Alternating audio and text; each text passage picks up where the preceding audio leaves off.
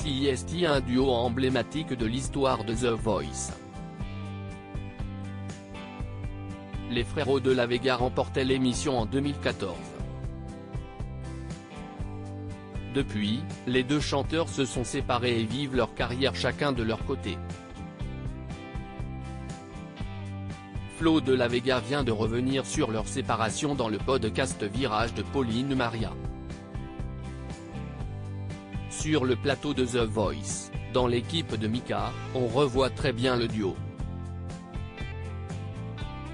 Jérémy Frérot et Flo de la Vega forment l'emblématique groupe Frérots de la Vega. Avec leur style surfeur et leur guitare, les deux garçons ont su conquérir le cœur des Français, au point de remporter l'émission en 2014. Cela faisait déjà 3 ans qu'ils chantaient ensemble et l'émission diffusée sur TF1 a donné un coup d'accélérateur à leur carrière de chanteurs. Seulement, l'histoire ne s'est pas terminée aussi bien que les fans l'espéraient. En 2017, Flo de la Vega ayant décidé de quitter le navire, Jérémy Frérot a poursuivi seul sa carrière de chanteur. Quant au premier, il s'est fait petit avant de revenir sur le devant de la scène. À l'occasion de la sortie de son ouvrage intitulé Sur le chemin des rêves, l'ancien chanteur a été invité à se confier dans le podcast Virage de Pauline Maria.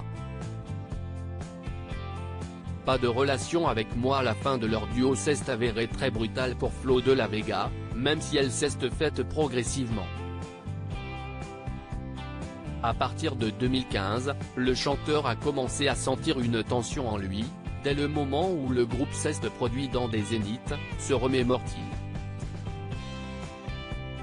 Il lui faudra 6 mois avant de comprendre ce qui lui arrive et l'accepter. Je sentais un mal-être, quelque chose qui me tiraillait, mais je le balayais. Je n'avais pas de relation avec moi à ce moment-là comme j'ai aujourd'hui, d'observation et d'analyse de ce que je ressens, confie Flo de la Vega.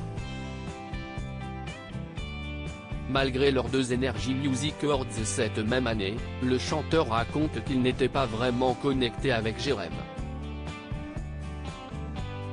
Pour lui, c'était très compliqué sur scène. Il y avait une alchimie naturelle dès le début qui était vraie, mais dans la vie de tous les jours, on n'était pas connecté. On vivait le contre-coup du succès.